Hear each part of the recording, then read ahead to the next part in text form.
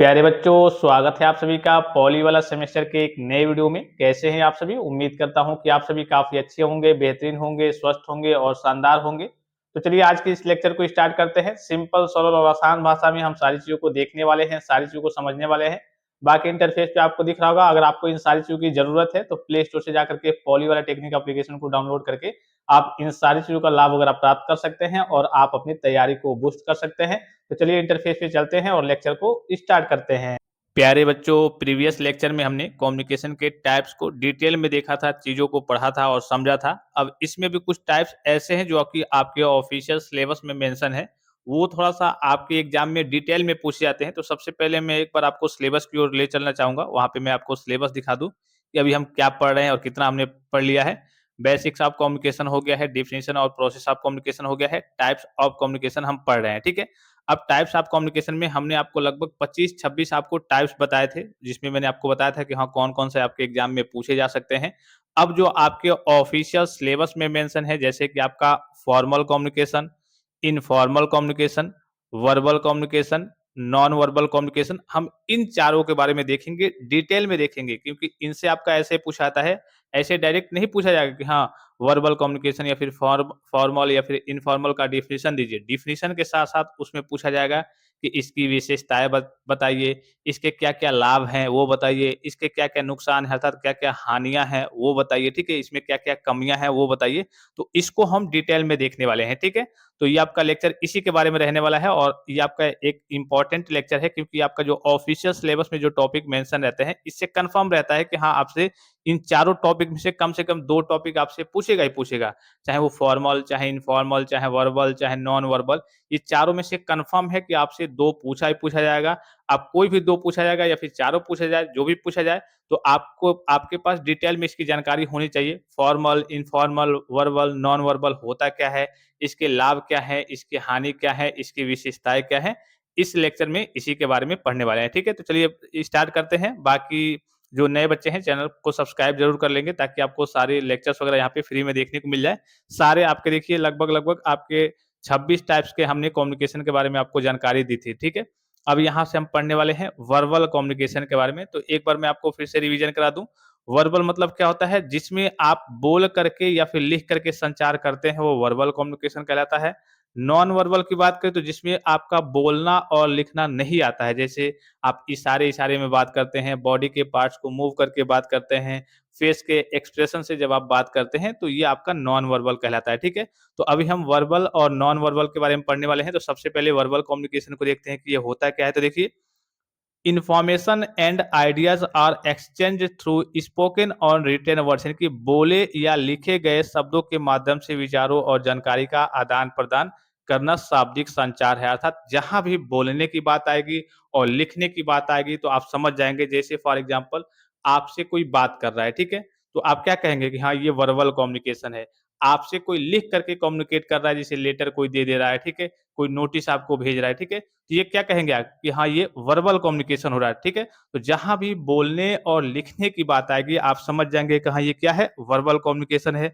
तो वही यहाँ पे कहा जा रहा है कि देखिए क्या कहा जा रहा है कि information and ideas are exchange through spoken और रिटेन वर्ड्स, यानी कि बोले या लिखे गए शब्दों के माध्यम से विचारों और जानकारी का आदान-प्रदान करना शाब्दिक संचार है। एग्ज़ाम्पल देखिए, two friends talk to each other, यानी कि 2 दोस्त आपस में बातचीत करते हैं। आप बातचीत कर रहे हैं तो ज़ाहिर-सी बात है कि बोल कर के बात कर रहे होंगे तो ये आपका वर्बल कम्युनिकेशन हो जाएगा। फिर देखिए, a person sends an email to a company, यानी कि एक व्यक्ति कंपनी को ईमेल भेजता है। ईमेल कैसे भेजता है भाई? लिख करके भेजता होगा। तो ये भी आपका क्या हो जाएगा? वर्बल कम्युनिकेशन हो जाएगा। फिर देखिए, a student writes an application to the principal.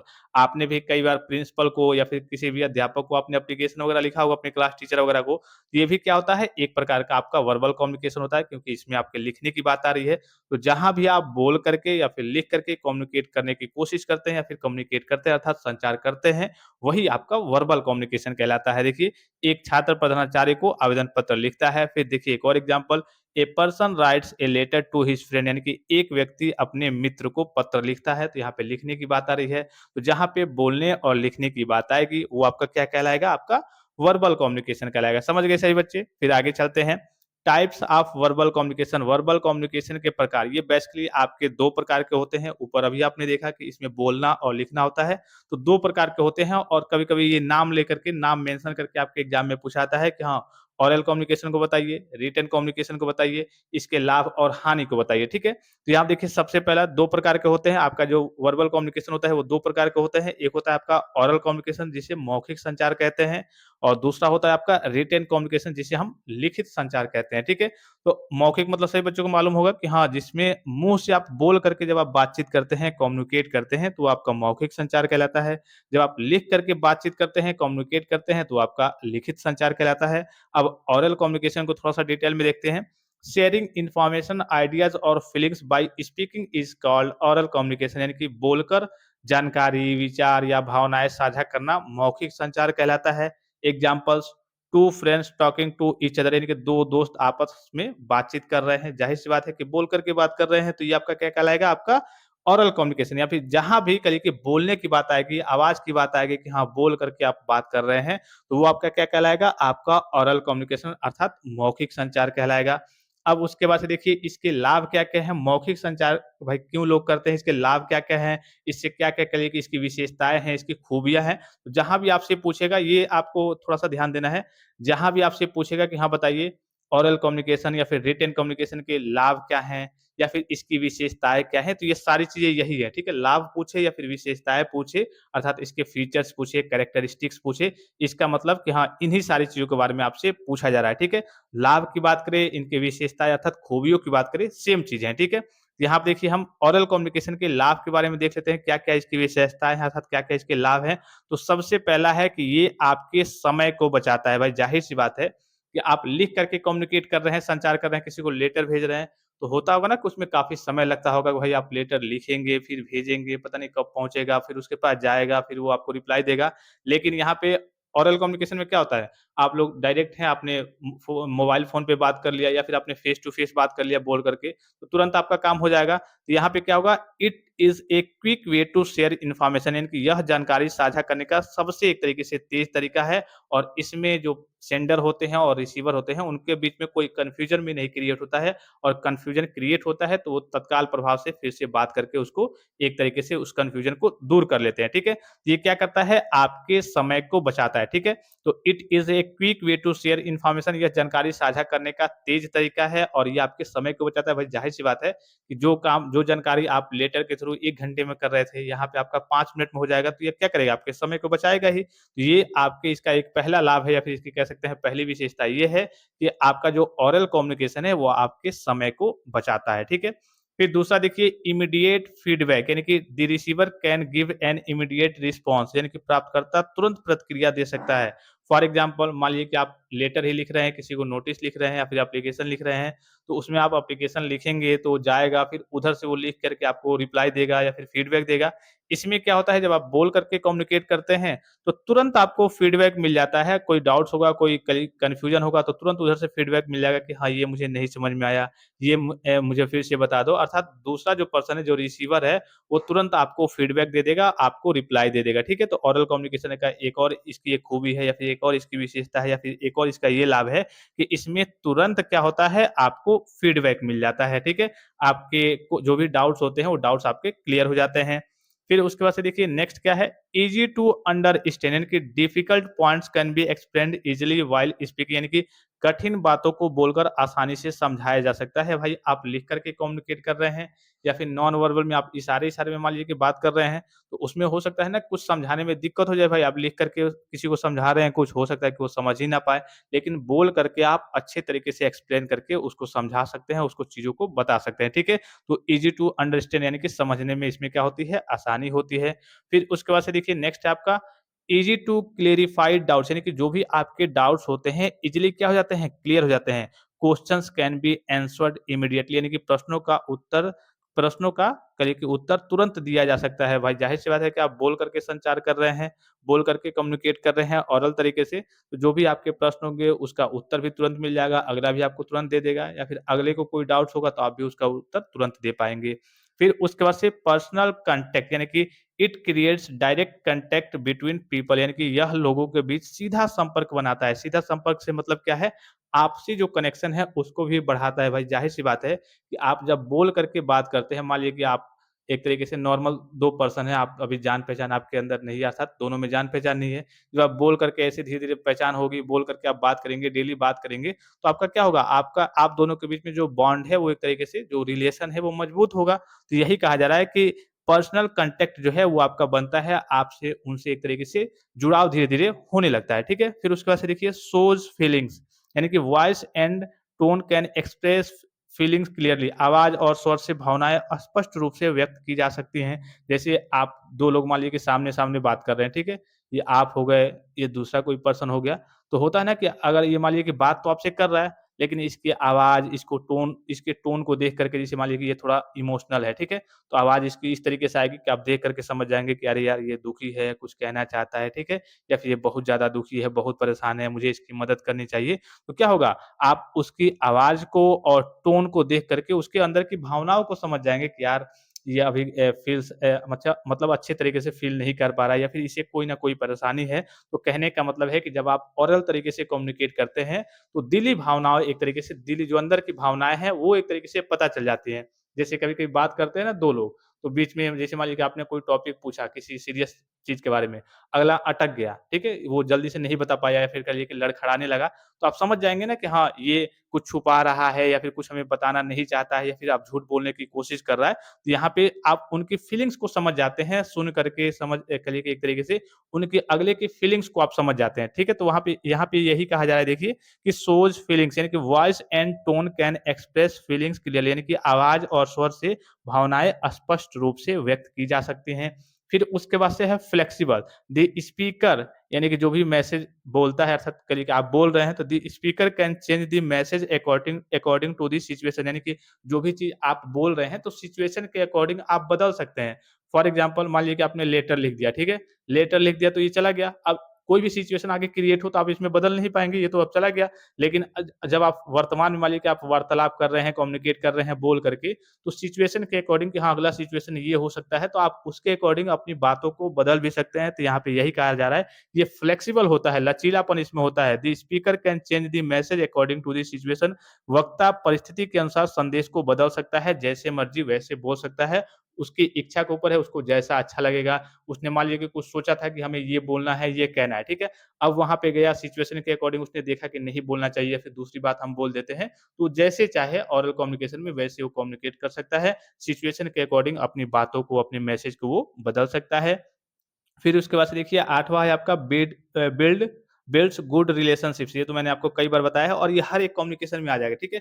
कुछ चीज़ें ऐसी हैं जो आपके कुछ कहिए कि पॉइंट्स ऐसे हैं जो आपके कम्युनिकेशन के हर एक टाइप्स में आ जाएँगे। जब भी आपसे पूछा जाएगा कि हाँ, ओरल कम्युनिकेशन हो, रिटन कम्युनिकेशन हो या फिर समथिंग जो भी कम्युनिकेशन हो इसकी विशेषताएँ बताइए। तो आप एक ये भी लिख सकते हैं कि हाँ, ये सेव्स टाइम यानी कि समय को बचाता है। ये सभी में आप मेंशन कर सकते हैं, ठीक है? फिर बिल्ड्स गुड रिलेशनशिप्स यानी कि आपके रिश्तों को कहिए कि जब भी आप किसी भी मेथड से कम्युनिकेट करेंगे, किसी भी माध्यम से संचार करेंगे, तो ज़ाहिर-सी बात है कि जब संचार होगा तो आपके रिश्तों को मजबूत करेगा ही करेगा, ठीक है?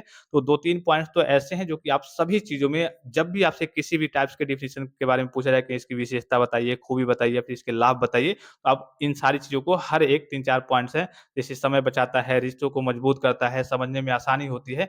इन 3-4 टॉपिक्स को आप हर एक चीज़ में मेंशन कर सकते हैं। भाई 3-4 टॉपिक अगर आप हर एक चीज़ में मेंशन कर देते हैं, फिर 2, 4, 5 आप अपने मन से सोच करके लिख देंगे, 7, 8, 9, 10 लिख देते हैं, तो आपको अच्छे खासे नंबर मिल जाएँगे, ठीक है? यहाँ पे देखिए बिल्ड्स गुड रिलेशनशिप यानी कि it helps people develop friendly and good relationship यानी कि यह लोगों के बीच अच्छे संबंध बनाने में मदद करता है। जब आप ओरल तरीके से कम्युनिकेट करते हैं, जैसे मान लीजिए कि आप चौराहे पे जा रहे हैं, अब आप एक पर्सन से डेली बात करने लगे, तो करते-करते होता है ना कि एकदम दोस्ती हो जाती है, व्यवहार अच्छे से एक तरीके से बन जाता है, आपसी लगाव हो जाता है, तो रिश्ते क्या होते हैं, मजबूत होते हैं, संबंध आपका अच्छा होता है। फिर उसके बाद देखिए useful in emergencies, important information can be given quickly in emergency यानी कि आपातकाल में महत्वपूर्ण जानकारी जल्दी दी जा सकती है। ये किसके माध्यम से? ओरल कम्युनिकेशन के माध्यम से ही। भाई और कोई कम्युनिकेशन का मेथड होगा होगा। जैसे आप मान लीजिए कि नॉन वर्बल तरीके से इशारे-इशारे में बात कर रहे हैं, तो उसमें भी समझने में दिक्कत होती है। रिटन तरीके से कम्युनिकेट करना चाहते हैं, लेटर लिख कर के, एप्लीकेशन लिख कर के, तो उसमें भी समय लगेगा ठीक है? लेकिन इमरजेंसी की बात करें तो इमरजेंसी में क्या होता है, आप बोल कर के ही मान लीजिए संचार करते हैं, तो आपातकाल में महत्वपूर्ण जानकारी जल्दी दी जा सकती है। कोई इमरजेंसी है तो आप बोल करके जल्दी बता देंगे कि अरे यार ये काम करो, यहाँ पे इमरजेंसी है, यहाँ पे आग लगी है, ये होने वाला है, तो आप बोल करके जल्दी से कम्युनिकेट करके लोगों को जानकारी दे सकते हैं, ठीक है? फिर उसके बाद से है ईज़ी टू यूज़, ये सबसे आसान होता है, कोई पढ़ा-लिखा हो या फिर ना हो। जैसे गाँव में बहुत सारे लोग होते हैं अनपढ़ टाइप के, जिनको एबीसीडी तक लिखना नहीं आता है, लेकिन वो बोल पाते हैं, कम्युनिकेट कर पाते हैं, भले वो अपनी भाषा में बोले, हिंदी में बोले, इंग्लिश में बोले, भोजपुरी में बोले, मतलब जिस भी भाषा में उनकी जो भी उनका लोकल लैंग्वेज होगा, भाई वो बोल करके तो कम्युनिकेट सभी लोग कर लेते हैं ना। यही कहा जा रहा है कि ये सबसे आसान तरीका है, ईज़ी टू यूज़, ठीक है? It does not usually require paper और अदर रिटन मटेरियल्स, इसमें आमतौर पर कागज़ या फिर अन्य लिखित सामग्री की आवश्यकता नहीं होती है। ये सबसे आसान होता है, ईज़ी टू यूज़ होता है, इसमें किसी प्रकार की एक तरीके से क्वालिफ़िकेशन नहीं चाहिए होती है कि हाँ भाई आप इतना पढ़े लिखे हैं, तभी आप किसी से बात कर पाएँगे, ठीक है? या फिर जैसे मान लीजिए कि लिखित संचार में जाएँगे, रिटन कम्युनिकेशन में जाएँगे, तो उसमें आपका भी पॉइंट आएगा ये कि हाँ, उसमें पढ़ा-लिखा ज़रूरी हो है कि हाँ, आदमी पढ़ा-लिखा होना चाहिए। भाई पढ़ा-लिखा आप नहीं हैं, पढ़े-लिखे नहीं हैं, तो आप लिख करके किसी को कैसे कोई मैसेज भेज पाएँगे, संचार कर पाएँगे? किसी और से लिखवाना पड़ेगा आपको, ठीक है? लेकिन इसमें आप पढ़े-लिखे भी नहीं हैं, जिस भी माहौल में रहते हैं, तो वहाँ की भाषा आपको लोकल लैंग्वेज आती होगी, तो आप किसी से भी आसानी से उस लैंग्वेज में, उस भाषा में, लोकल भाषा में आप कम्युनिकेट कर सकते हैं। तो ओरल कम्युनिकेशन क्या होता है? सबसे आसान होता है, ईज़ी टू यूज़ होता है, ठीक है? अब इसके लाभ और विशेषताओं को हमने देख लिया, अब इसके कुछ हानियाँ देखिए, कोई किसी भी चीज़ के कुछ जो खूबी होती है, तो उसके कुछ न कुछ के लिए डिमेरिट्स पॉइंट्स होते हैं, कुछ न कुछ उसकी कमियाँ होती हैं, कुछ न कुछ उसके नुकसान होते हैं, कुछ न कुछ उससे हानि ज़रूर होती है, ठीक है? अब इसके क्या-क्या ड्रॉबैक्स हैं, क्या-क्या नुकसान है, क्या-क्या कमियाँ हैं आपके ओरल कम्युनिकेशन के, उसको थोड़ा-सा देखते हैं। तो सबसे पहला है कि नो परमानेंट रिकॉर्ड, कोई परमानेंट रिकॉर्ड नहीं होता है। कैसे भाई? जैसे मान लीजिए कि आप ओरल तरीके से कम्युनिकेट कर रहे हैं और रिटन तरीके से कम्युनिकेट कर रहे हैं। रिटन तरीके से कम्युनिकेट करेंगे, मान लीजिए कि आपने किसी को लेटर भेज दिया, ठीक है? तो ये आपका एक परमानेंट रिकॉर्ड रहेगा। आप कहीं भी इसको प्रूफ के तौर पे दिखा सकते हैं कि देखिए हमने इसको इसको ये मैसेज भेजा था, इसने ये काम नहीं किया। लेकिन ओरल में क्या होता है कि रात गई बात गई। आपने सुना होगा, भाई आपने किसी से कोई सौदा किया, अगले दिन वो कह दे कि नहीं, हमें तो कुछ पता ही नहीं है, हमने कहाँ हमसे बात ही नहीं हुई थी, या फिर वो झूठ बोल देगा समथिंग जो भी, क्योंकि इसमें कोई परमानेंट रिकॉर्ड नहीं है। आपने बोला बस, उसके बाद से बात खत्म। आप जानते हैं, अगला जानता है, उसके बाद से वो जाए चाहे तो अपनी बातों को बदल देगा कि नहीं, ऐसी कहाँ बात हुई थी, हमने तुमसे पैसा नहीं लिया था, फलाना-ढिमकाना ये वो, भाई यहाँ पे झूठ की बात आ जाएगी, ठीक है? लेकिन इसमें क्या होगा, रिटेन कम्युनिकेशन में एक परमानेंट रिकॉर्ड रहेगा, ठीक है? तो इसका एक नुकसान ये है आपके ओरल कम्युनिकेशन का कि इसमें कोई रिटेन तरीके से, अर्थात कहिए कि कोई परमानेंट तरीके से रिकॉर्ड नहीं रहता है, जिससे आगे चल के कभी-कभी समस्याएँ हो जाती हैं, लड़ाई-झगड़े वगैरह हो जाते हैं भाई।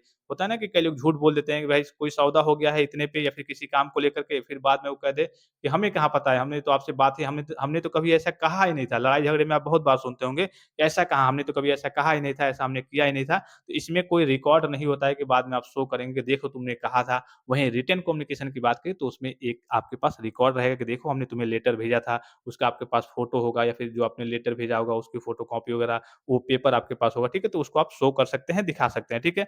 तो वही कहा गया, देखिए, स्पोकन इन्फॉर्मेशन में not have a permanent record, यानी कि बोली गई जानकारी का अस्थायी कोई रिकॉर्ड नहीं होता है। फिर देखिए, मिसअंडरस्टैंडिंग, यानी कि द लिसनर में अंडरस्टैंड द मैसेज इनकरेक्टली, यानी कि श्रोता संदेश को गलत समझ सकता है। कभी-कभी ये होता है ना कि आप जल्दी-जल्दी बोल रहे हैं, ये कभी-कभी की बात है, या फिर कहिए कि ऐसे बोल रहे हैं कि अगला, या फिर कभी-कभी लैंग्वेज में प्रॉब्लम होती है कि कोई पर्सन कहीं और का है, कोई पर्सन कहीं और का है, तो कभी-कभी मिसअंडरस्टैंडिंग भी इसपे देखने को मिल जाती है। कभी-कभी आपने देखा होगा कि कोई बोलता कुछ और है, कोई सुन कुछ और लेता है, जिसके चलते क्या होता है, लड़ाई-झगड़ा भी हो जाता है, ठीक है? इसमें भी मिसअंडरस्टैंडिंग की समस्या देखने को मिलती है।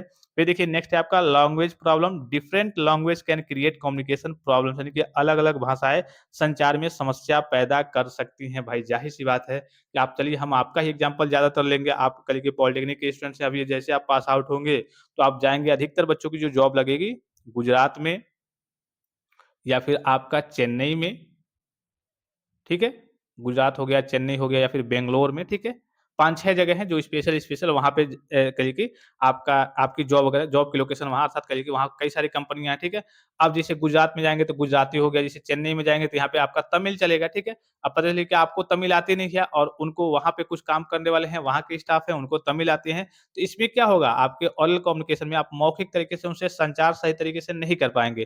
भाई आप बोलेंगे तो पता नहीं वो समझेंगे कि नहीं, वो बोलेंगे तो पता नहीं आप समझेंगे या फिर नहीं। तो इसमें क्या होता है, भाषाओं के चलते कई बार ओरल कम्युनिकेशन में दिक्कत देखने को मिलती है, ठीक है? इसके लिए ये करना होगा आपको कि भाई आपको वहाँ की भाषा को सीखना होगा या फिर उनको आपकी भाषा को सीखना होगा या फिर यूनिवर्सल जो आपका इंग्लिश का लैंग्वेज है, वो दोनों को आना चाहिए, तभी आप लोग कम्युनिकेट कर पाएँगे। तो इसमें क्या होता है, ओरल कम्युनिकेशन में कई बार आपके अलग-अलग भाषाएँ संचार में समस्या पैदा कर सकती हैं, सबका अलग-अलग अपना भाषा होता है, तो अलग-अलग भाषाओं में संचार करने में समस्या क्रिएट होती है।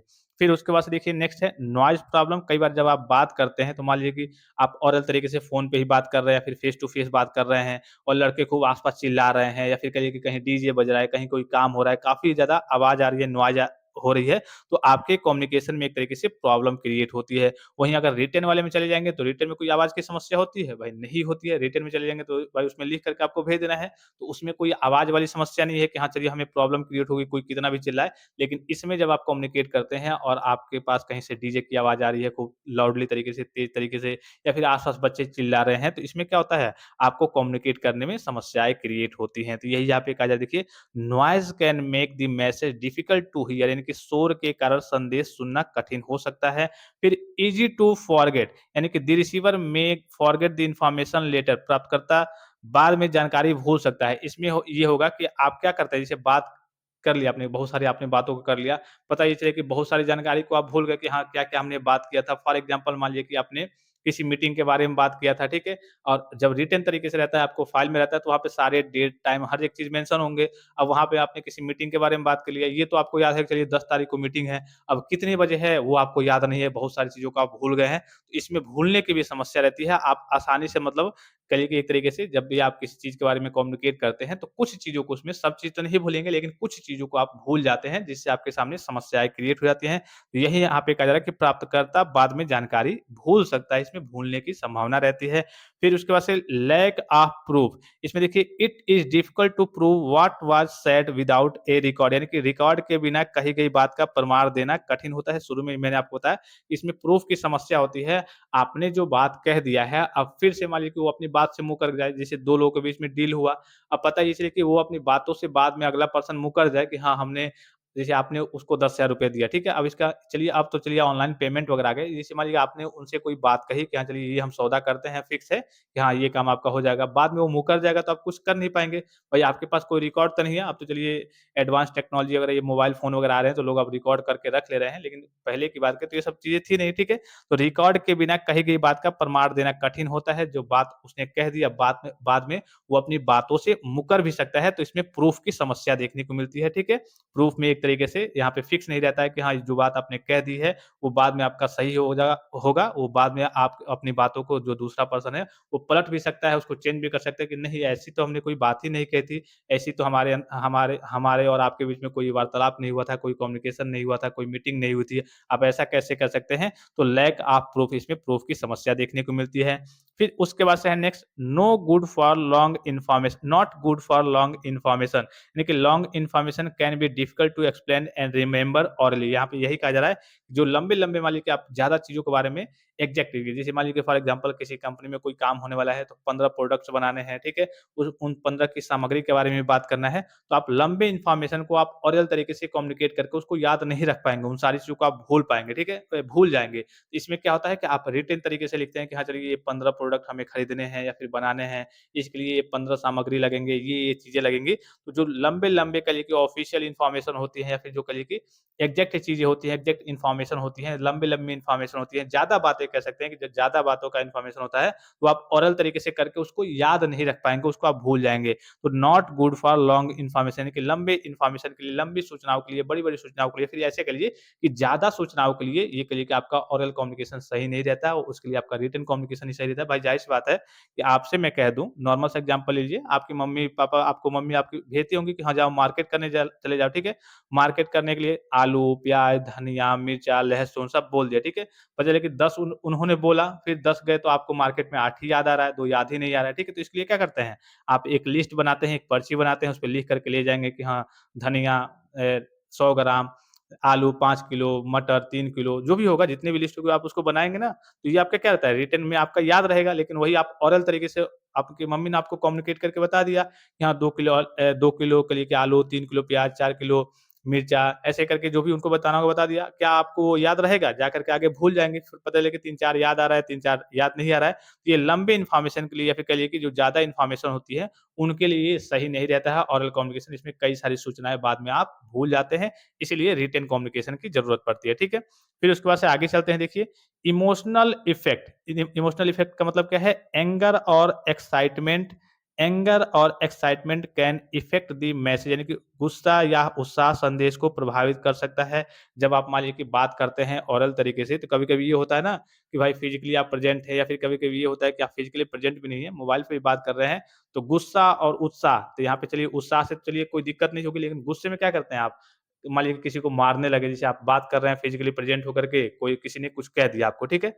आप गुस्से में लगे उसको मारने, पीटने, उल्टा-पुल्टा काम करने, तो इसमें क्या होता है, इमोशनल इफ़ेक्ट देखने को मिलता है। जब आप ओरल तरीके से बात करते हैं, तो इमोशनली आप लोग अटैच हो जाते हैं। अगर खुश हैं, आप ही करके हँस रहे हैं, तो अगला भी ही करके हँस सकता है।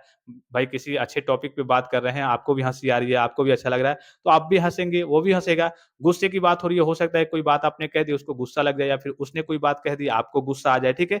इसमें क्या होता है, इमोशनल इफ़ेक्ट देखने को मिलता है। आप क्या हो जाते हैं, इमोशनली अटैच हो जाते हैं। अगर आपको वो क्रोधित कर रहा है या फिर कुछ ऐसी बात कर रहा है, तो आपको गुस्सा भी आ सकता है, या फिर आप कुछ उससे कोई ऐसी बात कर रहे हैं, तो उसको भी गुस्सा आ सकता है, या फिर कोई अच्छी बात कर रहे हैं, तो उसको खुशी भी हो सकती है, वो हँस भी सकता है, ठीक है? तो इमोशनल इफ़ेक्ट इसमें देखने को मिलता है। फिर डिपेंड्स ऑन स्पीकिंग स्किल्स, यानी कि poor speaking skills can make the message unclear, यानी कि कमज़ोर बोलने की क्षमता संदेश को अस्पष्ट बना सकती है। कमज़ोर से मतलब क्या है कि होता है ना, कई लोग जैसे बोल नहीं पाते हैं सही तरीके से, या फिर अच्छे तरीके से कम्युनिकेट नहीं कर पाते हैं। जैसे मान लीजिए कि आपके गाँव में ही कोई बढ़िया अधिकारी आ जाए, ठीक है? जो इंग्लिश में बात करता है या फिर बढ़िया तरीके से हिंदी में बात करता है, और आप एकदम गाँव देहात में हैं, आप एकदम भोजपुरी जानते हैं, तो आप इससे सही तरीके से कम्युनिकेट नहीं कर पाएँगे। अच्छे तरीके से बहुत सारी चीज़ों को वो बोलेगा तो आप समझ नहीं पाएँगे, या फिर आप बोलेंगे, कई सारे वर्ड्स ऐसे होते हैं जो वो हो सकता है ना समझ पाए, ठीक है? इसमें यही कहा जा रहा है कि डिपेंड्स ऑन स्पीकिंग स्किल्स, यानी कि poor speaking skills can make the message unclear, confusion create रहेगा कि अरे यार पता नहीं इसने क्या बोला, मैंने जो बोला ये समझा या फिर नहीं, या फिर वो क्या बोल रहा है पता मुझे पता ही नहीं चला है वो क्या बोल रहा है। तो कमज़ोर बोलने की क्षमता संदेश को अस्पष्ट बना सकती है, डाउट्स में डाल सकती है। फिर उसके बाद से लिमिटेड अटेंशन, यानी कि the listener may not pay attention to the complete message, यानी कि देखिए श्रोता पूरे संदेश पर ध्यान नहीं दे सकता। मान लीजिए कि आप बहुत सारी चीज़ों के बारे में जब बात कर रहे हैं, तो जो भी आपका सुनने वाला है, जो आपका रिसीवर है, वो पूरी चीज़ों को ध्यान नहीं दे सकता, अर्थात पूरी चीज़ों को, पूरी टॉपिक के बारे में या फिर पूरी बातों पर एक तरीके से उसको याद नहीं कर सकता है, उसके पास एक पूरा रिकॉर्ड नहीं बन पाएगा, ठीक है? तो यही कहा जा रहा है कि the listener may not pay attention to the complete message, यानी कि श्रोता पूरे संदेश पर ध्यान नहीं दे सकता है, वो पूरे संदेश को अच्छे तरीके से समझ नहीं सकता है। समझ जाएगा तो अपने अंदर रिकॉर्ड नहीं कर पाएगा। वही मैंने आपको एग्ज़ाम्पल लेकर के बताया कि आपकी मम्मी ने मान लीजिए कि 10 आपको अ, सब्ज़ी लेने के लिए, मतलब 10 करिए कि आइटम लेने के लिए मार्केट आपको भेजा। अब पता चले कि उसमें से आपको 2-3 याद ही रह रहा है। तो जब आप लंबे तरीके से ज़्यादा इन्फॉर्मेशन आप शेयर कर लेते हैं, ये सारी चीज़ें आपके रिसीवर को, अर्थात जिससे आप वार्तालाप करते हैं, कम्युनिकेट करते हैं, उसको सारी चीज़ें याद नहीं रहती हैं, इसलिए रिटेन कम्युनिकेशन की ज़रूरत पड़ती है, ठीक है? तो ये कुछ हमने कह लिए कि ड्रॉबैक्स वगैरह देख लिए, कमियाँ देख लिए आपके ओरल कम्युनिकेशन के। अब उसके बाद से दूसरा आता है आपका ओरल कम्युनिकेशन के बाद से आपका रिटेन कम्युनिकेशन। रिटेन में क्या होता है, वही आप शुरू से ही एग्ज़ाम्पल देखते आ रहे हैं। जब भी आप लिख करके बात करते हैं तो उसको हम क्या कहते हैं, रिटन कम्युनिकेशन कहते हैं। तो देखिए डेफिनिशन आपको कैसे लिखना है, शेयरिंग इन्फॉर्मेशन, आइडियाज़ और feelings by writing is called written communication, यानी कि लिख कर जानकारी, विचार या भावनाएँ साझा करना लिखित संचार कहलाता है। For example, a person writes a letter to his friend, यानी कि एक व्यक्ति अपने मित्र को पत्र लिखता है। फिर a person sends an email to company, एक व्यक्ति कंपनी को ईमेल भेजता है। आपके जहाँ भी ईमेल हो गया, नोटिस हो गया, लेटर हो गया, एप्लीकेशन हो गया, बुक वगैरह की बात हो गई, बुक भी आप पढ़ते हैं तो वन साइडेड कम्युनिकेशन, यानी कि आप सूचनाओं को प्राप्त करते हैं, बुक हो गया, नोटबुक हो गया, ये सारे जितने भी आपके लिखित वाली चीज़ें आ गई, ये सब आपके रिटन कम्युनिकेशन की एक तरीके से एग्ज़ाम्पल्स हैं, ठीक है? तो रिटन कम्युनिकेशन में क्या होता है, जब भी आप लिख करके कम्युनिकेट, ओरल में क्या था बोल करके, रिटन में क्या है, जब भी आप लिख करके कम्युनिकेट करते हैं, लिख करके आप संचार करने की कोशिश करते हैं, फिर संचार करते हैं, तो वही आपका लिखित संचार कहलाता है। अब इसके चलिए कुछ हम एडवांटेज और डिसएडवांटेज को देखते हैं, तो सबसे पहले इसके कुछ लाभ और विशेषताओं को देखते हैं कि एडवांटेज या फिर बेनिफिट्स ऑफ रिटन कम्युनिकेशन, लिखित संचार के लाभ क्या-क्या हैं, फ़ायदे क्या-क्या हैं। तो सबसे पहला इसका फ़ायदा होता है कि परमानेंट रिकॉर्ड, अभी शुरू में मैंने आपको जब बताया था ओरल कम्युनिकेशन में, तो उसमें परमानेंट रिकॉर्ड नहीं रहता है, भाई चीज़ें भूल जाती हैं, जो आपने बात की वो भूल जाती है। लेकिन जो आप लिख करके कम्युनिकेट करते हैं, फॉर एग्ज़ाम्पल आपने किसी को लेटर भेजा है, किसी को एप्लीकेशन भेजा है, तो उसका आपके पास एक परमानेंट रिकॉर्ड रहता है, उसका फ़ोटोकॉपी करा करके रख लेंगे, या फिर जो भी आपने भेजा है वो पेज आपका वहाँ पे ऑफ़िस में रहेगा, तो वो आपका एक तरीके से क्या है, परमानेंट रिकॉर्ड है। तो written information can be saved for future use, यानी कि लिखित जानकारी को भविष्य के लिए सुरक्षित रखा जा सकता है। आप उसको जब तक के लिए सुरक्षित रखना चाहते हैं, आप आराम से रख देंगे, सुरक्षित वो रहेगा हमेशा के लिए।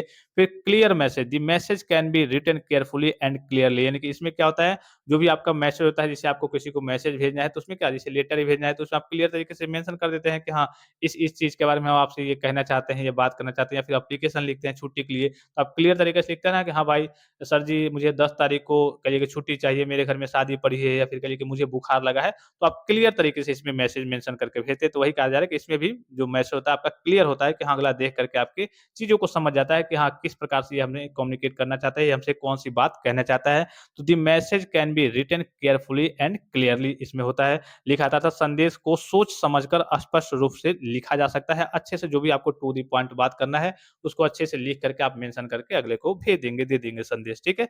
यूज़फुल एज़ प्रूफ, प्रूफ के लिए ये यूज़फुल होता है। ज़ाहिर-सी बात है, कहीं कोई मामला फँस गया, आप जैसे अभी आपके जैसे जो ज़मीनी मामले होते हैं, तो ज़मीन में क्या होता है, भाई मान लीजिए कि आपके दोस्त हो गए, आपने कोई ज़मीन खरीदी, तो वो ऐसे कह देते चलिए अब आपने पैसा दे दिया है, आपकी ज़मीन आपका हो गया, लेकिन प्रूफ के तौर पे आपका पूरा होता है ना कि हाँ, उसका पूरा जो उनके नाम पे ज़मीन थी उसको कहिए कि दाखिल खारिज कराना पड़ता है, आपके नाम पे कराना पड़ता है, क्योंकि चलिए एक तो आपसी व्यवहार, विश्वास वो तो अलग की चीज़ है, लेकिन बाद में चल के तो वो बदल सकता है ना, लेकिन एक परमानेंट आपके पास प्रूफ चाहिए कि भाई ये अब मेरे नाम हो गया, तो उसके लिए आप खारिज दाखिल कराते हैं। तो यूज़फुल एज़ प्रूफ, जब भी आप कम्युनिकेट करते हैं रिटन तरीके से, तो आपके पास एक प्रूफ रहता है, ठीक है? अब आप मान लीजिए कि कोई कम्युनिकेट कर रहे हैं, जैसे आपने लिखित कोई पुलिस में या फिर कहीं भी होता है ना कि नॉर्मल करिए कि एप्लीकेशन दिया था, नोटिस दिया था कि देखिए ये काम हुआ था, इन्होंने कहा था करने के लिए, इन्होंने अभी तक नहीं किया। तो उसका आपके पास एक रिकॉर्ड रहेगा कि देखिए हमने इसके लिए कई बार कंप्लेन किया है, ये मान नहीं रहा है। तो आप उसको बार-बार दिखाएँगे, तो आपके पास एक प्रूफ रहेगा। लेकिन भाई जब आप ओरल तरीके से कम्युनिकेट करेंगे, तो आप बाद में मुकर भी तो सकते हैं कि नहीं, ऐसा तो हमने कभी कहा ही नहीं था।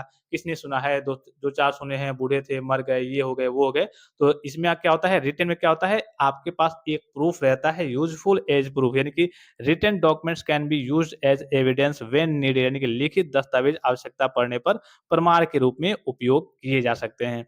फिर उसके बाद से देखिए नेक्स्ट है ईज़ी टू रीड अगेन, यानी कि इसको आप बार-बार चाहें, जितनी बार चाहें आप इसको पढ़ सकते हैं, इसको करिए कि समझ सकते हैं। The receiver can read the message again whenever needed, यानी कि ओरल कम्युनिकेशन में क्या हो गया, भाई एक बार उसने बोल दिया, फिर आपने सुना, आपको समझ में नहीं आया, तो आप कह देंगे ना कि हाँ, चलो एक बार और रिपीट करो यार, समझ में नहीं आया। लेकिन रिटन वाले में क्या है, आपको उससे कहने की ज़रूरत नहीं है, आप उस मैसेज को 1 बार, 2 बार, 3 बार, 1 लाख बार, 1.5 लाख बार, 1 ट्रिलियन बार, जितनी बार पढ़ना चाहें, आप उस मैसेज को पढ़ सकते हैं, समझ सकते हैं। सूटेबल फॉर डिटेल इन्फॉर्मेशन, यानी कि लॉन्ग एंड डिटेल इन्फॉर्मेशन के लिए क्या होता है, ये ईज़ी होता है भाई, इसमें जितनी भी टॉपिक को आपको मेंशन करना है, जैसे आपको बाज़ार से आपकी मम्मी ने कहा है कि 15 सामान लाना है, ठीक है? 15 आइटम उन्होंने बोल दिया, तो आपको याद नहीं रहेगा।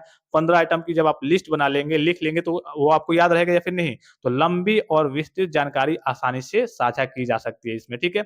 यूज़फुल फॉर ऑफिशियल वर्क, ये ज़्यादातर आपका जो रिटेन होता है, ये ऑफिशियल वर्क में, जैसे आपका कॉलेज हो गया, कोई ऑर्गेनाइज़ेशन हो गया, कोई कंपनी हो गई, कोई कहिए कि डिपार्टमेंट हो गया, तो इसमें क्या होता है, आपके नोटिस वगैरह जारी होते हैं, एप्लीकेशन वगैरह लिखना छुट्टी के लिए, तो इसमें आपके जितने भी आपके जो रिटेन वाली चीज़ें आती हैं, ये अधिकतर ऑफिशियल वर्क में ही ज़्यादातर यूज़ होती हैं, ठीक है? तो it is useful for notice, reports, application and official documents, यानी कि यह नोटिस, रिपोर्ट, आवेदन और आधिकारिक दस्तावेजों के लिए उपयोगी है। कौन उपयोगी है? रिटन कम्युनिकेशन, अर्थात रिटन तरीके से ही आप, ज़ाहिर-सी बात है, कंपनी में जैसे ईमेल भेजना हो गया, तो वो भी एक आपका रिटन कम्युनिकेशन ही है कि आप लिख करके आप कहिए कि चीज़ों को बताना चाहते हैं कि हम रिज़ाइन देना चाहते हैं कंपनी से, या फिर जो भी आपको कि हमें कल छुट्टी चाहिए सर, ठीक है? तो आप रिटन तरीके से उनसे कम्युनिकेट करते हैं, जो भी आपके ऊपर के ऑफिसर होते हैं, मैनेजर होते हैं, जनरल मैनेजर होते हैं उनसे, ठीक है? फिर वाइड रीच, ठीक है? Written information can be sent to many people at the same time. लिखित जानकारी एक साथ कई लोगों तक भेजी जा सकती है। इसका नॉर्मल सा एग्जांपल ले लीजिए भाई, सभी लोग व्हाट्सएप करते होंगे लिख करके, ठीक है? करते होंगे नहीं? देखिए एग्जांपल कई सारे हैं, मैं नॉर्मल बता रहा हूँ, आप तो चाहें तो जो भी एग्जांपल लिख सकते हैं भाई, रिटन में मैं आपको लेटर नोटिस बता रहा हूँ भाई, आप व्हाट्सएप पे लिख करके कम्युनिकेट करते होंगे, चैट तो करते होंगे ना? तो आप क्या करते हैं, जैसे एक आपका मान लीजिए कि आया 1 जनवरी, ठीक है? ठीक है? या फिर कहिए कि आपका किसी का कहिए कि कोई फंक्शन है या फिर समथिंग किसी को भेजना है, तो आप एक साथ क्या करते हैं, कई लोगों को फॉरवर्ड कर देते हैं कि हाँ, एक साथ कहिए कि कई लोगों के पास चला जाएगा। तो वही यहाँ पे कहा जा रहा है कि written information can be sent to many people at the same time, यानी कि एक ही समय में एक साथ आप कई लोगों के साथ जानकारी को शेयर कर सकते हैं, सेम जानकारी को आप साझा कर सकते हैं। तो वाइड इसमें रीच होता है, इसमें कहिए कि लंबी रीच होती है, आप एक साथ कई लोगों तक पहुँच सकते हैं, अर्थात अपनी जानकारी को जो भी आपके पास इन्फॉर्मेशन है, मैसेज है, उसको पहुँचा सकते हैं। लिखित जानकारी एक साथ कई लोगों तक भेजी जा सकती है, ठीक है? फिर उसके बाद से देखिए लेस चांस ऑफ फॉरगेटिंग, इसमें कम चांस होते हैं भूलने के, क्योंकि जब आप किसी चीज़ के बारे में लिख करके उसकी लिस्ट बना लेंगे या फिर उसके बारे में लिख लेंगे, तो चांसेस कम रहेंगे ना भूलने के, जो भूलेगा फिर उसको याद करके आप लिख देंगे। तो इसमें कहिए कि जैसे आप ओरल तरीके से कम्युनिकेट करते हैं, तो उसमें भूलने के चांस रहते हैं कि भाई आपने किसी किसी ने आपको 10 चीज़ के बारे में बताया, आपको वो 8 ही याद आ रहा है, लेकिन जब आप लिख लेंगे तो भूलने के चांस कम रहेंगे। तो the receiver can check the written information whenever needed, यानी कि प्राप्तकर्ता आवश्यकता पड़ने पर लिखित जानकारी को दोबारा देख सकता है, जो भी चीज़ें जो भी इन्फॉर्मेशन लिखी हुई है। और वो भूल गया है, ओरल तरीके से बात हुई थी, तो लिखित फॉर्मेट में अगर है, लिखित तरीके से कम्युनिकेट हुआ है, तो वो चीज़ों को देख करके फिर समझ जाएगा कि अरे यार, ये वाला छूट रहा था, ये मैं भूल रहा था, ठीक है? बेटर फॉर कॉम्प्लेक्स इन्फॉर्मेशन की tables, figures, detailed points can be included easily, यानी कि तालिका, चित्र और विस्तृत बिंदुओं को आसानी से शामिल किया जा सकता है। जैसे कई बार आपने देखा होगा, कई बार आपने ग्राफ देखा होगा, ऐसे टेबल देखा होगा, ठीक है? अब ऐसे कोई क आपको बोल करके बताए कि हाँ, यहाँ पे देखिए एक टेबल बना ही दे रहा हूँ, सीरियल नंबर 1, 2, 3, 4 हो गया, ठीक है? ये आपका मैथ का बुक हो गया, फिज़िक्स का, केमिस्ट्री का, ये आपका कहिए कि कम्युनिकेशन स्किल्स का हो गया। इसकी प्राइस है मान लीजिए कि 500, 350, 280, 811 समथिंग, मैं एग्ज़ाम्पल के लिए बता रहा हूँ, ठीक है? अब क्या आपको ऐसे बोल करके बता दिया जाए कि हाँ, मैथ की बुक की प्राइस 500, इसकी 300, इसकी 350, इसकी 750, इसकी 900, तो आपको पूरा याद रहेगा? नहीं याद रहेगा। तो इसके क्या करते हैं आप, तालिका बनाते हैं या फिर चित्र की सहायता से या फिर विस्तृत बिंदुओं की सहायता से आप जब जानकारी वगैरह को रिटन तरीके से शेयर करते हैं, तो ये कॉम्प्लेक्स जो चीज़ें होती हैं या फिर जो आपको कई सारे ग्राफ वगैरह समझ में भी नहीं आते हैं, ऐसे बोलने पे, समझाने पे समझ में नहीं आते हैं, तो वो आप क्या करते हैं, डायग्राम की सहायता से या फिर लिखित कम्युनिकेशन की, लिखित संचार के माध्यम से आप चीज़ों को समझ पाते हैं, चीज़ों को बोल पाते हैं, चीज़ों साथ चीज़ों को देख पाते हैं। समझने का मतलब क्या है कि हाँ, चीज़ों को देख करके अच्छे तरीके से समझ पाएँगे, जो जटिल इन्फॉर्मेशन होती है, उसको भी आप आसान तरीके से, आसानी से समझ पाएँगे, उसको देख पाएँगे, समझ पाएँगे, याद कर पाएँगे, ठीक है? यहाँ पे यही कहा जा रहा है देखिए कि बेटर फॉर कॉम्प्लेक्स इन्फॉर्मेशन, जो भी आपकी कॉम्प्लेक्स इन्फॉर्मेशन होती है, कॉम्प्लेक्स सूचनाएँ होती हैं और जटिल-जटिल जो सूचनाएँ होती हैं, उनको आप आसानी से तालिका के थ्रू, चित्र के थ्रू आप आसानी से उनको क्या कर सकते हैं, समझ सकते हैं, अर्थात रिटन फॉर्म में उनको देख करके समझ सकते हैं। तो तालिका, चित्र और विस्तृत बिंदु को आसानी से शामिल किया जा सकता है, उसको समझा जा सकता है। फिर मोर formal, it is suitable for formal and professional communication, ये होता है जो भी आपका कहिए कि रिटन कम्युनिकेशन होता है, ये एक तरीके से फॉर्मल वे में तो होता है, इसका कुछ ना कुछ लिखने का एक ढंग होता होगा, एक तरीका होता होगा, एक फॉर्मेट होता होगा, ठीक है? तो ये बेसिकली आपका फॉर्मल फॉर्मल मतलब क्या होता है कि जिस चीज़ को करने का कुछ इंस्ट्रक्शंस हो, कुछ उसका नियम कानून हो, वो एक प्रोफेशनल वे में लिखा जाए। तो हर एक चीज़, जैसे आपने पढ़ा होगा, शुरू में मैंने आपको बताया था कि फॉर्मल कम्युनिकेशन अभी आपका आगे आएगा अभी, और एक आपका आएगा फॉर्मल, एक आपका इनफॉर्मल, ठीक है? फॉर्मल में क्या होता है कि जब भी आप कम्युनिकेट करते हैं एक बेहतरीन तरीके से, प्रोफेशनल वे में, किसी ऑफिशियल के लिए, जैसे किसी कंपनी में आप हैं, तो वहाँ पे कहेंगे ना हेलो सर, मैडम, या फिर जो भी आपको बात करना होगा, वहाँ पे बात करने का एक तरीका होगा, एक नियम कानून होगा, एक निर्देश होगा कि हाँ, आपको ऐसे ही बात करना है। इनफॉर्मल में क्या होता है, आप दोस्तों से बात करते हैं, गाली-गलौज करके बात कर दिया, हाय हेलो कर नहीं किए, जैसे के तैसे बात कर दिए, ठीक है? गुस्से में बात कर दिए। ये इनफॉर्मल होता है, जब आप दोस्तों से, रिश्तेदारों से आपस में जैसे के तैसे बात कर देते हैं, कोई इसमें नियम कानून नहीं है कि हाँ, कोई आपको जुर्माना देना पड़ेगा या फिर आपको नौकरी से निकाल दिया जाएगा या फिर आपके ऊपर ये कार्रवाई की जाएगी। तो ये इनफॉर्मल होता है। फॉर्मल में क्या होता है कि आप एक कहिए कि नियम कानून के तहत बात करते हैं, फिक्स तरीके से बात करते हैं, अच्छे तरीके से बात करते हैं, प्रोफेशनल वे में बात करते हैं, तो वही आपका क्या होता है, फॉर्मल कम्युनिकेशन होता है। तो यहाँ पे जितने भी आपके रिटन वाली चीज़ें होते हैं, जैसे आप नोटिस लिखते हैं, लेटर लिखते हैं, एप्लीकेशन लिखते हैं, क्या होता है, एक फिक्स तरीके के साथ लिखते हैं, फिक्स फॉर्मेट में लिखते हैं। यही कहा जा रहा है कि यह औपचारिक और व्यावसायिक संचार के लिए उपयुक्त है, यानी कि it is suitable for formal and professional communication. जब भी आप रिटन कम्युनिकेशन करते हैं, तो इसमें आपके प्रोफेशनल और फॉर्मल तरीके के कम्युनिकेशन होते हैं, अर्थात हर एक चीज़ को जब आप लिख करके भेजते हैं तो एक अच्छे फॉर्मेट में, जैसे आपने लेटर ही लिखा, एप्लीकेशन ही लिखा, तो उसको आप एप्लीकेशन के फॉर्मेट में लिखेंगे कि हाँ, टू द प्रिंसिपल या फिर टू द फलाना या फिर टू द ढिमकाना, जो भी लिखना होगा, ठीक है? या फिर आप लेटर लिखेंगे तो हाँ, डेट वगैरह, टाइम वगैरह, किसको लिख रहे हैं, कहाँ पे लिख रहे हैं, किसके बारे में लिख रहे हैं, तो अच्छे तरीके से एक फॉर्मेट में लिखते होंगे, तो इसी फॉर्मेट को हम क्या कहते हैं? फॉर्मल, ठीक है? तो it is suitable for formal and professional communication, अर्थात यह औपचारिक और व्यावसायिक संचार के लिए क्या होता है? उपयुक्त होता है। अर्थात ये जब आपको रिटन कम्युनिकेशन आ गया तो आपको एक तरीके से फॉर्मल कम्युनिकेशन भी आपको आ जाएगा कि हाँ, हर एक चीज़ को लिखने का, बोलने का एक ढंग होता है, एक तरीका होता है, जिसे हम फॉर्मल कम्युनिकेशन करते हैं। अर्थात फॉर्मल में आपके एक नियम कानून होते हैं कि भाई आपको ऐसे ही अच्छे ढंग से, अच्छे तरीके से बात करना है। इनफॉर्मल में आप जैसे मर्ज़ी अपने दोस्तों से, साथी संबंधी से गाली-गलौज करके, दोस्ती यारी में जैसे बात कर लिए, तो वो आपका इनफॉर्मल होता है, ठीक है? फिर उसके बाद से आगे चलते हैं, उसके बाद से देखिए आपका है डिसएडवांटेज और ड्रॉबैक्स ऑफ रिटन कम्युनिकेशन, यानी कि लिखित संचार के कुछ कमियाँ हैं, कुछ नुकसान है, और कौन-कौन से नुकसान है, चलिए देखते हैं।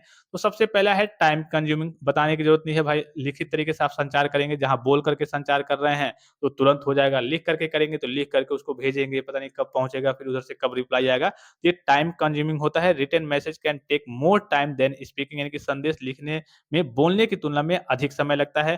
फिर नो इमीडिएट फीडबैक, भाई इसका सबसे बड़ा ये भी नुकसान है कि आपको कोई जानकारी चाहिए, उधर से तुरंत रिप्लाई चाहिए, ठीक है? तो आप बोल करके संचार करेंगे, अगर लिख करके करते हैं तो आप मान लीजिए कि किसी को लिख करके भेज ही रहे हैं, तो पता नहीं कब जाएगा। जैसे आप व्हाट्सएप पे ही चैट करते हैं, ठीक है? तो आप चैट करेंगे तो पता नहीं वो सीन करेगा, फिर वो देखेगा, फिर वो लिख करके रिप्लाई करेगा। तो जहाँ मान लीजिए कि आप बोल करके तुरंत पूछ सकते थे कि हाँ, 2 सेकंड का काम था, वहीं वो लिख करके हो सकता है कि वही आपका 1 मिनट, 2 मिनट बाद आपको रिप्लाई मिले। या फिर ऐसे मान लीजिए कि आप किसी को लेटर लिख दे रहे हैं, ठीक है? अब लेटर लिखेंगे, उसके पास जाएगा, वो पढ़ेगा, फिर आपको रिप्लाई देगा, तो काफ़ी लंबा समय लगेगा। लेकिन ऐसे क्या होगा, अगर आप जब आप बोल करके संचार करते हैं, तो तुरंत आपको रिप्लाई मिल जाएगा। तो इसमें कोई इमीडिएट फीडबैक नहीं होता है, तुरंत आपको रिप्लाई नहीं मिल पाता है। तो इसका सबसे बड़ा नुकसान क्या है? इसकी सबसे बड़ी कमी क्या है? इसका डिमेरिट पॉइंट क्या है कि नो इमीडिएट फीडबैक, अर्थात तुरंत इसमें आपको रिप्लाई नहीं मिलता है।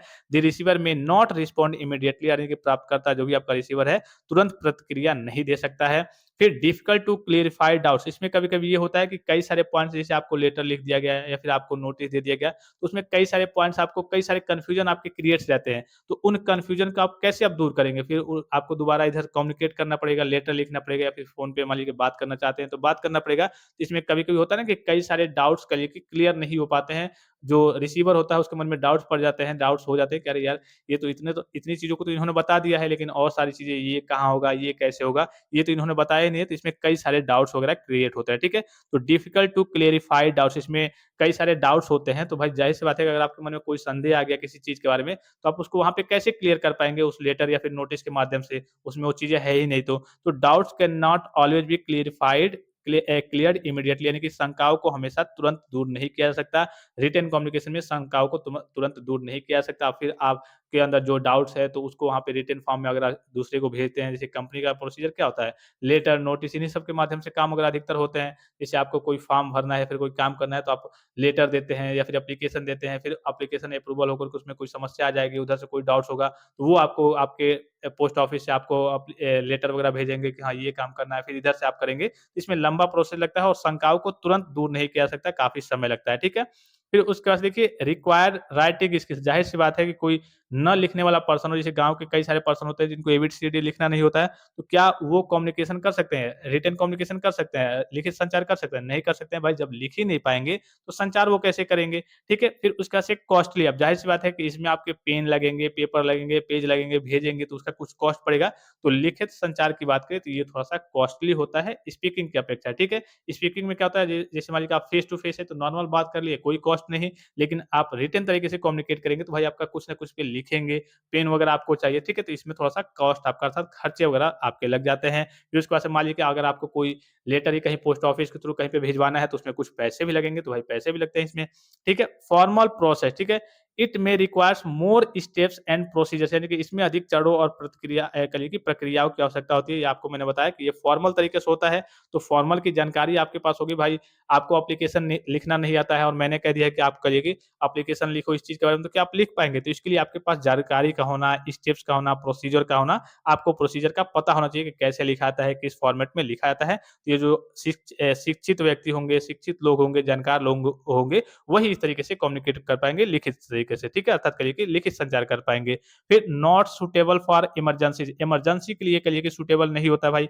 कोई इमरजेंसी है, मान लीजिए कि आपके घर में कोई बच्चा है, उसका सर फूट गया है, आप कहिए कि अपने पिताजी को या फिर आपकी मम्मी मान लीजिए कि मामा घर गई हैं, तो उनको लेटर थोड़ी लिखेंगे कि हाँ, मम्मी कहिए कि भाई का ये हो गया है, वो हो गया है। भाई आप तुरंत फ़ोन करके कहिए कि बताएँगे जल्दी से जल्दी कि हाँ, ये हो गया है, वो हो गया है, कहाँ ले जाना है, कैसे मतलब जो भी होगा। तो कोई भी इमरजेंसी हो, किसी भी प्रकार की इमरजेंसी हो, तो इसमें क्या होता है, नॉट सूटेबल फॉर इमरजेंसी, जो रिटन कम्युनिकेशन है, वो इमरजेंसी के लिए कहिए कि नहीं है, ठीक है? इमरजेंसी में आपको जो स्पीकिंग है, ओरल कम्युनिकेशन है, स्पीक करके अर्थात बोल करके ही आपको संचार करना पड़ेगा। लिखित संचार आपका इमरजेंसी के लिए सीधे कहने का मतलब है कि नहीं होता है, ठीक है? इसमें समस्याएँ क्रिएट हुई है, भाई ज़ाहिर-सी बात है कि आप इमरजेंसी में हैं, तो आपको जल्दी-जल्दी पूरा काम करना है, जल्दी-जल्दी जानकारी का आदान-प्रदान करना है, तो इसमें आप रिटन तरीके से नहीं कर पाएँगे, उसमें समस्या क्रिएट होगी। फिर उसके बाद से देखिए मिसअंडरस्टैंडिंग, इसमें कई बार ये होता है कि the reader may understood the written message differently, यानी कि कई बार आप चीज़ों को लिखते हैं तो उसका अगला जो है वो दूसरा अर्थ समझ जाता है। तो इसमें क्या होता है, मिसअंडरस्टैंडिंग की समस्या भी देखने को मिलती है रिटन कम्युनिकेशन में। पाठक लिखित संदेश का अर्थ अलग-अलग तरीके से समझ सकता है। फिर लैक ऑफ पर्सनल टच, इसमें क्या होता है देखिए, written communication may not shows feelings as clearly as face to face communication, यानी कि इसमें लैक ऑफ पर्सनल टच, जब आप रिटन कम्युनिकेशन करेंगे तो भाई ज़ाहिर-सी बात है कि जो आपका पर्सनल टच है, जब आप पर्सनली फिज़िकली एक तरीके से आपस में बातचीत करते हैं, उसका मज़ा कुछ और होता है। जब आप रिटर्न तरीके से दूर-दूर होकर के कम्युनिकेट करेंगे या फिर कम्युनिकेशन होते हैं, तो उसमें पर्सनल जो टच होता है, जो इमोशंस होते हैं, वो एक तरीके से कनेक्ट नहीं हो पाते हैं एक-दूसरे से। भाई ज़ाहिर-सी बात है कि कहाँ पास-पास होकर के बात करना स्पीकिंग के थ्रू, ठीक है? ओरल कम्युनिकेशन, और कहाँ दूर-दूर लेटर या फिर एप्लीकेशन के थ्रू बात करना। तो उसमें जो भी आपकी इच्छाएँ होंगी, कुछ इमोशंस होंगे, फीलिंग्स होंगे, उसको आप अच्छे तरीके से शेयर नहीं कर पाएँगे। जैसे आप पास-पास हैं तो कोई आपकी मजबूरी है, तो हो सकता है ना कि कोई बड़ा ऑफ़िसर है, तो आपकी मजबूरी को देख कर के पिघल जाए कि अरे यार! ये ठीक कह रहा है, चलिए इसका हम पैसा दिलवा देते हैं, ये काम करा देते हैं। भाई हो जाएगा, लेकिन वहीं आप किसी को लेटर लिखते हैं, तो लेटर आपका पढ़ करके साइड कर देगा। वो थोड़ी देख रहा है कि हाँ, आप कैसे हैं, किस लायक हैं, आप अमीर हैं, गरीब हैं, कैसे हैं, आपके अंदर अभी वर्तमान में इमोशंस क्या है। जैसे आप कई सारे आपने देखा होगा, ये आपके विधवा पेंशन हो गए या फिर कई सारे सरकारी काम-काज वगैरह होते हैं, तो आप लेटर लिख देंगे, कोई अफ़सर आपके लेटर को देख रहा है, ठीक है? तो लेटर को देख कर के वो क्या करेगा? भाई आपके वो वर्तमान में आपके इमोशंस को थोड़ी देख रहा है, वो लेटर देख लेगा, साइड कर देगा, जो भी काम होगा उसका प्रोसीजर होगा, वो आगे बढ़ा देगा। लेकिन वहीं जब आप फिज़िकली प्रेज़ेंट होंगे और लेटर के थ्रू लेकर के जाएँगे, आप फिज़िकल भी उनसे बात करेंगे ओरल तरीके से, तो आपके इमोशंस को, आपकी भावनाओं को, आपकी इच्छाओं को समझेगा, आपके दर्द को हो सकता है समझ जाए। कई सारे अधिकारी अच्छे भी होते हैं, तो क्या करेंगे? हो सकता है कि आपका काम जल्दी करा दे। तो यहाँ पे यही कहा जा रहा है कि लैक ऑफ पर्सनल टच, इसमें इसकी एक कमी ये है कि रिटन कम्युनिकेशन में पर्सनल टच से कहिए कि लोग दूर होते जाते हैं, और पर्सनल टच और जो इमोशंस होते हैं वो कनेक्ट नहीं हो पाते हैं। फिर उसके बाद से देखिए डिफिकल्ट टू चेंज, इसका एक और है कि इसको चेंज करने में डिफिकल्ट होता है। भाई एक बार आपने लिख दिया, कम्युनिकेट कर दिया, अब उसको आप दोबारा चेंज नहीं कर पाएँगे। वहीं बोलने की बात करें या फिर अन्य मेथड की बात करें, तो उसमें आपसे गलती हो गई तो तुरंत आप सुधार कर लेंगे बोल करके या फिर समथिंग जो भी हो। लेकिन इसमें क्या होगा, once a document is prepared और sent, changing it may be difficult, आपको दोबारा कोई मैसेज फिर से लेटर भेजना होगा, आप उसको एक तरीके से चेंज नहीं कर पाएँगे, ये आपका काफ़ी कठिन काम हो जाता है। तो एक बार दस्तावेज़ तैयार या भेज दिए जाने के बाद उसमें बदलाव करना कठिन हो सकता है। ये भी आपका कहिए कि रिटन कम्युनिकेशन का एक बड़ा नुकसान है। एक बार आपने संचार कर दिया, कम्युनिकेशन कर दिया, आपने किसी लेटर को, नोटिस को भेज दिया, अब फिर आपको लगता है कि अरे यार! इसमें तो ये हमने लिखा ही नहीं, या फिर ये मुझे बदलाव करना था, ये नहीं लिखना चाहिए था, तो फिर आप उसमें बदलाव वगैरह नहीं कर पाएँगे। तो ये हमने देखिए आपके जो भी वर्बल कम्युनिकेशन थे, वर्बल हमने पढ़ लिया, वर्बल के जो टाइप्स ओरल कम्युनिकेशन थे और रिटन कम्युनिकेशन थे, इनके लाभ, हानि, विशेषताओं सभी टॉपिक्स को देख लिया। और जब भी आप एग्ज़ाम देने जाएँगे देखेंगे, इससे आपके क्वेश्चन्स वगैरह बनते ही बनते हैं। आपसे पूछा जाता है कि हाँ, इसके 5 लाभ बताइए ओरल कम्युनिकेशन के, रिटन कम्युनिकेशन की विशेषताएँ बताइए, verbal communication, non verbal communication के लाभ और विशेषताएँ बताइए। तो यही टॉपिक सारे जो मैंने आपको बताए, वही सारी चीज़ों को मेंशन करना है, ठीक है? तो इस लेक्चर को यहीं पे समाप्त करते हैं। आई होप ये लेक्चर आपको काफ़ी ज़्यादा हेल्पफुल और इन्फॉर्मेटिव लगा होगा। फिलहाल इस लेक्चर में इतना ही, इजाज़त दीजिए। धन्यवाद। Thanks for watching. मिलते हैं नेक्स्ट लेक्चर में।